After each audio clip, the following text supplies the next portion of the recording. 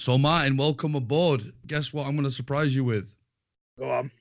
We're going to do the Premier League predictions together, buddy. Fire away. But first, I've got a little thing for you. I want you to do your best to talk me into talking about VAR. You've got 1 minute. Go. VAR is useless, and we're not even using it the way it's meant to be being used. Because the Premier League have decided to basically use their own definition of it compared to the rest of Europe and all the trials that they did.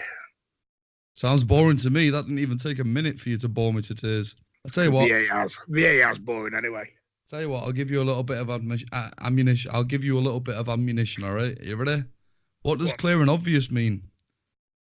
Are we talking the proper definition or the FA definition? You tell me. I'm giving you the ammunition. Well, I don't know, because I don't know what clear and obvious means to the Premier League or anyone anymore, because clear and obvious isn't clear and obvious anymore. It's more like muddy water. So you're saying that if I went and shot someone and I admitted to shooting them, it's not clear and obvious that I've done it? Not according to the Premier League, no. Oh, okay. Right, well, I'm bored anyway of VAR now, so let's move on to the real stuff. Premier League predictions. So, obviously, Manchester City tomorrow are playing against Brighton at home.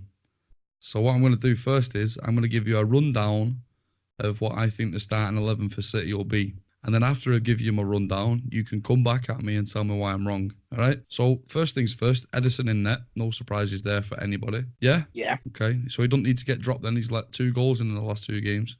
No. Sorry, 3 goals in the last 2 games. No. The first goal against Tottenham went straight through him. But you don't think he should be dropped, no? I mean, I don't think he should be dropped either. I'm just trying to start this country. It was an error, and I think he'd hold his hands up that it was an error. Well, I'm just trying to start pointless controversy, to be honest. So, all right, at right back, Kyle Walker this week is having a bad week. If I'm to be believed, he's been dropped by England, not that I care, and I've also dropped him for Manchester City. I thought there were big problems against Bournemouth at the weekend. They weren't Walker's causing, in my opinion. Gundogan should never go near the DM role in a million years. Because Gundogan was in the DM role and he's a more attacking-minded player, our overall team shape was massively affected by that. And defensively, Walker had about 5,000 brain farts, possibly because of, like I said, the team shape was completely different to what we normally used to when Rodri's in there or previously when Fernandinho played in that role. So I've actually put Cancelo in at right back. Now, there's 2 reasons for this. 1, we're at home. 2, we're against Brighton. So Cancelo's in there. Now, I did put John Stones in the starting 11, but unbeknownst to me, the guy's still injured. Laporte obviously partnering him. Laporte has got his first French international call-up, and in my opinion, he's the best left-sided centre-half in the world. But it's more than likely looking now that it's going to be Laporte and Otamendi again, which is fine. I've got nothing against Nicolas Otamendi. I think he's a great centre-half. I just didn't consider that Stones' injury was as bad as it has been declared to be. So in my starting 11, you'll still see John Stones there, even though the asterisk should be there that it'll more than likely be Nicolas Otamendi. At left back, again for the same reason why I've chose my right back, as Cancelo making his home debut, therefore it'll be an easier theoretically game on paper to start Cancelo in. I've actually put Benjamin Mendy back in at left back. Now, he's had 2 weeks of full training as far as I'm aware. He's been giving his shirt away to homeless people on the street. We're at home, so in my opinion, Mendy starts. Now, Zinchenko, again, a player who has done very little wrong, but I think he is not our natural choice left back, and I think it's about time that Mendy started getting some games back under his belt. And what better time for Mendy to get a game back under his belt than in an on paper relatively easy home game against Brighton? Agree? Disagree? I'd go along with that. It's better than starting him away, right? I totally agree with Mendy, because I'm gonna probably sound very controversial. I don't rate Zinchenko a lot. Sorry, it's fine. You don't have to rate Zinchenko. I don't think he's done a lot wrong. Mendy. And you also have to add the asterisk to the fact that Zinchenko is an attacking midfielder naturally, so can't really hold that much against him. And I actually think that when I have seen him play for his native Ukraine, he's actually a wicked central midfielder. Yeah. Yeah, I agree with that. And I also don't think, by the way, that Angelino's going to get a look in very much this season, other than perhaps in the Carabao Cup and FA Cup early rounds. Nothing necessarily against Angelino. I just think that he was brought in as a homegrown sort of on the cheap squad player. No offence. All right, so in front of that back four, I've obviously put Rodri back into the team for what should be obvious reasons. Gundogan's not cut out for the defensive midfield role. And a team, like last week, we played against Bournemouth and a better team than Bournemouth. Now, don't get me wrong, Bournemouth were actually decent last week. A better team than Bournemouth would expose the crap out of us if he played at DM again. So I've put Rodri back in the team. Now, you might think, why haven't I put Fernandinho back in the team? But I think Fernandinho, again, I will state that in my opinion, Fernandinho now is at the age where he is a squad rotation player, and he'll probably come in at that DM role or even a centre-half role for cup games and maybe also in the Champions League. Rodri has not done very much wrong in his DM role. He's been quite convincing. We're still yet to see whether he is a long-term Fernandinho replacement, but that's because Fernandinho sets such high standards in that role. But I've put Rodri back in the team. In front of that, I've put Kevin De Bruyne. Again, how could you not put Kevin De Bruyne? He is a great player. He's not the greatest player at Manchester City. For some reason, people overlook David Silva. God knows why. But for footballing reasons, Kevin De Bruyne's a great player and he's fit. So if Kevin De Bruyne's fit, you've got to play him, right? Now, here's the controversial one. I have actually put Phil Foden in this midfield. And again, it's because David Silva's not got the legs he used to have. We're at home, and why the hell not start Phil Foden? Right, so I'll go to my front three, unless you want to come back at me about Rodri, KDB or Phil Foden. Rodri, I don't think Rodri will start tomorrow. I think if Fernandinho is fit, I think he will go back in, because I don't think the plan was to start Rodri from the get-go. I think Fernandinho, if he was fit, would have started. So you don't agree with me that Fernandinho is now settled into more of a squad capacity and cover for centre-half? Because I'd agree with you in some ways, but the fact that we're down to only two centre-halves now, and in my mindset, Pep actually earmarked Fernandinho to be a centre-back backup, it wouldn't be worth risking him tomorrow. So it's okay if you want to carry on. No, I think Fernandinho, totally agree with you. I think Fernandinho will now become a squad rotation player. But I don't think that was the plan 3-4 weeks ago. I think it's changed, but from looking at the first three games, I think Pep's throwing curveballs all over the place with the starting 11 anyway. And do you think Rodri deserves to be dropped? I mean, because he's already been dropped. No. Let's not forget, he already got dropped last week. He got dropped last week, and then we saw the complete difference when he came back on the pitch. Yeah, he's shown Gundogan how he should play a DM role. Yeah. So what I'm saying is then, so obviously you don't think that Gundogan's going to get that job again, unless it's a cup game. So why Fernandinho instead of Rodri? Because I think Rodri still, as much as he started well, and I think Brighton, are going to shock a lot of people tomorrow. I don't think they're going to sit 10 men behind the ball. No, I don't think they will either, and they have shocked me. They have shocked me since the start of the season. But we'll talk more about Brighton in a minute. Yeah, I think Fernandinho would. I just think he'd be ideally suited to go in tomorrow. He's fresh. Let's be honest. He needs minutes. He needs minutes under his belt now to get his match fitness in, and I think tomorrow will be the ideal game to throw him in at. Yeah, all of the reasons you're stating are great reasons, but I've still gone for Rodri personally. So in front of that, I said KDB and Phil Foden. Now you sort of ummed and ahed a little bit when I said Foden. Do you not think Pep's brave enough to make that decision? And also, do you not think Foden's competent enough to play that position? Yeah, I totally think. I've no problem with Phil Foden. I think Phil Foden could go straight into that starting 11 tomorrow and do more than adequate. I think he'd do, play really well. I would just like to see, for me, KDB and Bernardo together. Yeah, I think that will come eventually. But I'm just, for me tomorrow, that's what I would like to see, because my front three is probably going to be a little bit different to yours. Well, hold on. I actually think that if Leroy Sané was still fit and he didn't get that injury, I think we would have seen more of KDB and Bernardo in the middle. But I think Pep now has got to use Bernardo more sparingly because we haven't got a Sané, if that makes sense. So I'll give you my front three now. I've gone for Mahrez, Aguero and Sterling. Now, as far as I know, Gabby Jesus is still injured. Sterling is almost undroppable. Well, no, he is undroppable. Yeah. The only time Sterling gets dropped is when he's not fit. Mahrez simply for rotation purposes. It's not because anyone in the Bournemouth game did anything bad. Mahrez is a decent player. In my opinion, he's nowhere near on the level of Bernardo or Sterling, but for rotation purposes, Mahrez comes into this game. And Sergio Aguero is a world-class striker in a league of his own, but I actually think that if Jesus was fit, he would have started tomorrow. But no, Sergio Aguero. Martin, that's my front three. What do you think? Front three, exactly the same. Exactly the same. I think Mahrez deserves the chance. I think he was very, very unlucky to be dropped after the West Ham performance. And I think, to me, and people who've heard me before will know, I've always said give Mahrez time, give him games, give him that first season to bed in. And I just think, you're not going to help his confidence if you don't play him when he's played well.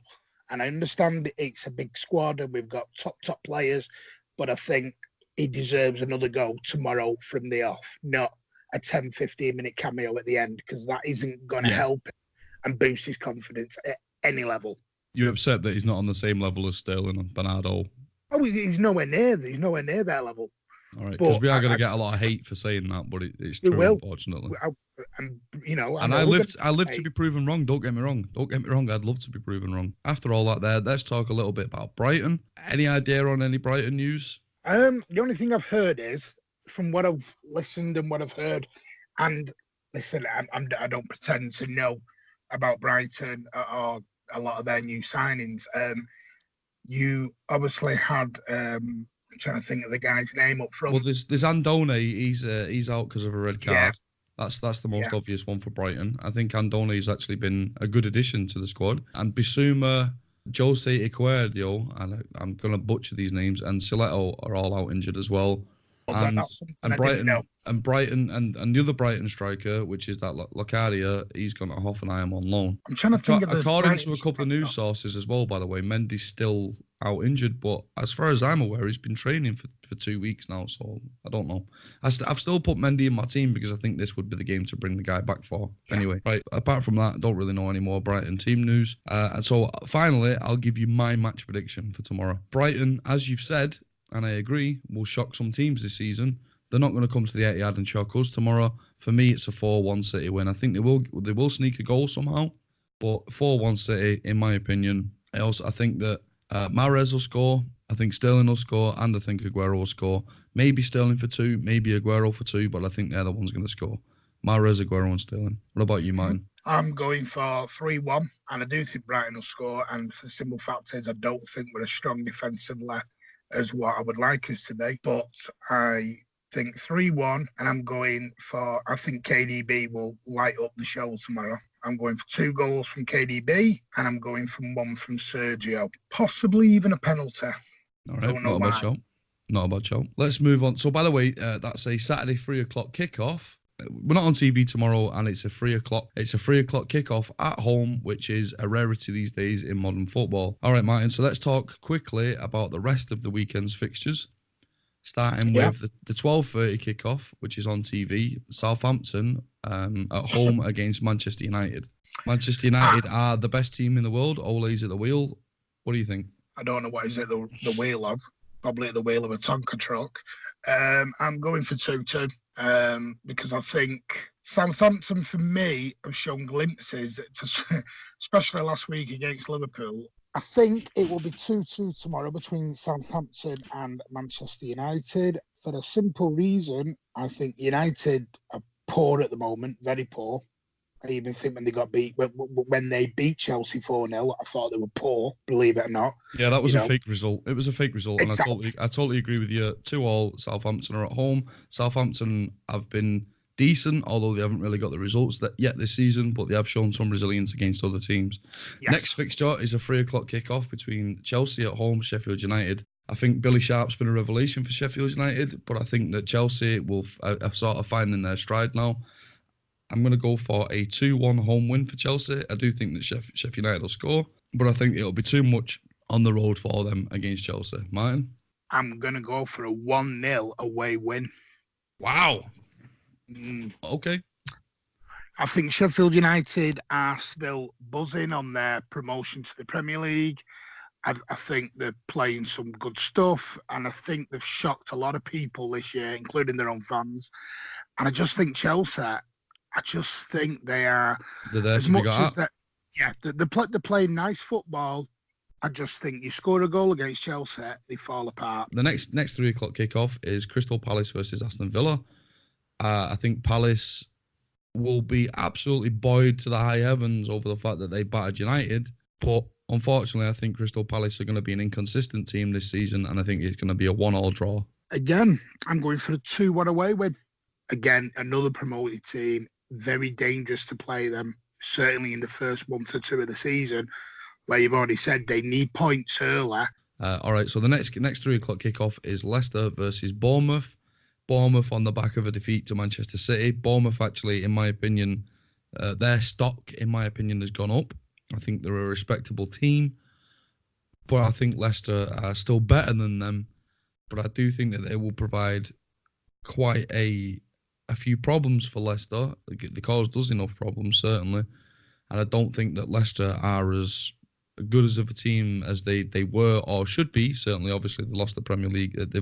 They put up a poor defence in the Premier League and have only started their decline since then.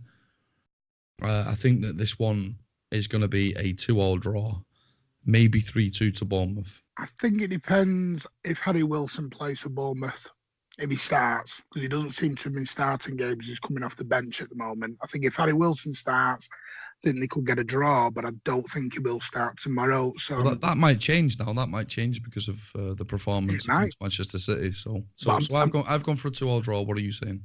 3-1 Leicester. So obviously we've already discussed the other 3 o'clock kickoff, Manchester City versus Brighton. You're saying 3-1. I'm saying 4-1. The next game is Newcastle versus Watford at 3 o'clock kickoff. I think Watford have had a horrendous start to the season. And Newcastle also nicked a point against Tottenham the other day. Now, are we actually... Yeah, well, sorry. Newcastle nicked a win the other day against Tottenham. VAR, my lord, certainly was not being sung at the New Cock Stadium. Are Newcastle going to actually be consistent for once and string another win together? It's highly likely because Watford have been garbage. The biggest problem on earth here is the fact that it's Newcastle United, and Newcastle United are not a consistent football team, and Watford are under massive pressure.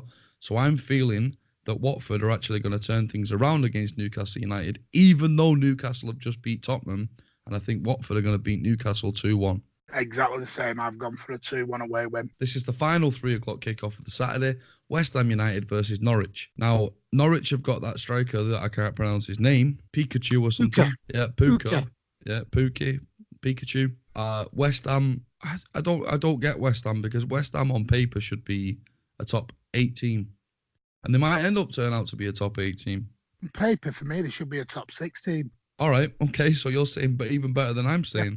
And Norwich have had a massive bounce at the start of the season. I actually predicted Norwich to be one of the teams that go back down, and I think they still will go down because I don't see this form lasting indefinitely. They haven't got a deep enough or good enough squad, and I think that Pikachu's going to get found out at some point. But I don't think it'll be tomorrow. I think this one will be a 1-1 draw. This is a difficult one for me. I'm going to go for a West Ham 2-1 win. So the last game of the day is a 5:30 kickoff between Burnley and Liverpool. I struggled with this game because everyone thinks that Liverpool are going to absolutely batter every team they play, and they might do. They might run City close again this season. But I think Burnley is, we only got a 1-0 away at Burnley. We used to, when we had a crap team, we used to beat Burnley 6-0 on the regular. But I think Burnley are a strong outfit this season, and I think Liverpool could actually struggle at Turf Moor tomorrow.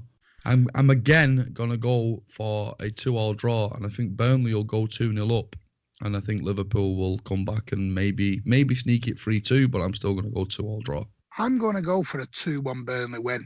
And that's not hope either. That's not me hoping as a City fan that Liverpool will get beat.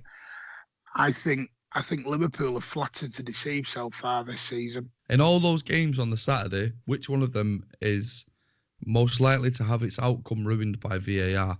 Now, I really don't think that anyone, even the VAR officials, could spin it enough to ensure that Brighton come away from the Etihad with 3 points. I think questions would seriously be asked at that point. But out of all those games tomorrow, which one is going to get done by VAR? There's 2 games that stand out for me. It's either the Southampton Man United game or it's the Burnley Liverpool game. Which one, in your opinion, is going to get done over by VAR? Southampton, Man United. And there's one very simple reason to that, because it's on television. Okay, fair enough. Right, so let's move on to the Sunday games. In my opinion, we've got two massive Sunday games. Unfortunately, the first one is being played between two teams at 2 o'clock that I have great admiration for, and that is because of the history of the club for Everton. And I just like Everton fans because the enemy of my enemy is my friend. And the second team is Wolverhampton Wanderers, just because I think I really admire the way that they go about things in the Premier League. So this one's a really hard one for me to predict. I think Everton, again, have got inconsistency written all over them, just like West Ham have. But I think this one will either be a 2-1 away win for Wolverhampton Wanderers, or it's going to be a 2-2 draw. I've gone for 3-1 Everton. They need the win, right? But it's hard. It's harsh on Wolves because Wolves don't deserve to get beat. Wolves don't deserve to get beat 3-1. But they played on Thursday night, and that's, I think, if you look through the record books, anybody who was in this Europa League gets killed in the next game, especially away from home. Unless you're Manchester United and they want to go and win it, they want to get out of it as soon as possible. Now, the last game of the weekend is an absolutely massive game if you're in London, or so most United fans will think it's a massive game. It's Arsenal versus Tottenham. Now, let me talk you through this one briefly. Arsenal have got one of the best attacking lineups in Europe on paper, and in reality sometimes with Aubameyang, Pepe and Lacazette, but they've got a Sunday League defence. So if Arsenal drop David Luiz for this game, they're probably going to win it. And if they don't drop David Luiz for this game, which they don't really have much choice to do because all of the other centre-halves at the club are on strike, it's like they're in some sort of labour union in the 70s, they'll probably lose it because David Luiz is a disaster waiting to happen. I'm so glad that my club never, ever went anywhere near him. I think Tottenham will be out for blood. One, it's the North London derby, so all bets are off, as I always say when it comes to a derby. And two, they got beat at home by Newcastle the other week. So I fancy this one. Unfortunately, Arsenal, because I do think you've got I think it'll be a 4-2 away win to Tottenham. I've gone for 2-2 because exactly what you said. Arsenal are simply Arsenal are simply a BMW up front and a Robin Reliant at the back. That is the only way I can sum Arsenal up. And Tottenham, from what I've heard is, and I heard a very, very interesting rumour yesterday that apparently betting was suspended on Pochettino's future. And I think there is unrest within the Tottenham camp. I think there's unrest between the board and the manager. I think there's unrest everywhere. And I just think that's why I've gone for a 2-2. I don't think Arsenal are good enough to win it, and I think Tottenham are in disarray, really. Yeah, totally agree with you, but I'm still going for a 4-2 away win to Tottenham because they can't lose against Newcastle and then get a draw against Arsenal, can they? They can't. The fans won't allow it. Now, I also know in the same regard that Arsenal fans won't allow it either, but I just love it. I love seeing those Arsenal fan TV rants, and you're right, they've got a Robin Reliant for a defence. So, I mean, you said about VAR. I mean, going back, I know I said the Southampton United game. I think VAR could play a part in this North London derby as well. It's quite obviously going to be the North London derby. Yeah, and for some I think it's going to scrub. I think it's going to scrub out. Again. Yeah, I think it's going to scrub out an Arsenal goal or two, which is why I've gone for a 4-2. Totally understand why you've gone that way. But I'm sticking with my 2-2. I'll put my head on the chopping block. All right, so that's our weekend Premier League results. I'm sure that we're going to get some hate in the comments on this one. But maybe you agree with us. Let us know either way. Martin, do you think people are going to agree with us on the whole? Do you think we've made a good argument? Or do you think people are going to come down on us like a ton of bricks? I think putting Mahrez in the team people come down on us like a ton of bricks. No, we're going to get the love for putting Mahrez in the team, right? I think we'll get the love off certain fans. I think we'll get hate off other fans, if you want my honest opinion. But at the end of the day, there are opinions. They're what we think. People don't like it. It's up to them. It's only opinions. Everyone's got one. Doesn't mean they're right. All right. Cheers, Martin. Cheers, guys. Thanks for watching. Catch you on the next one.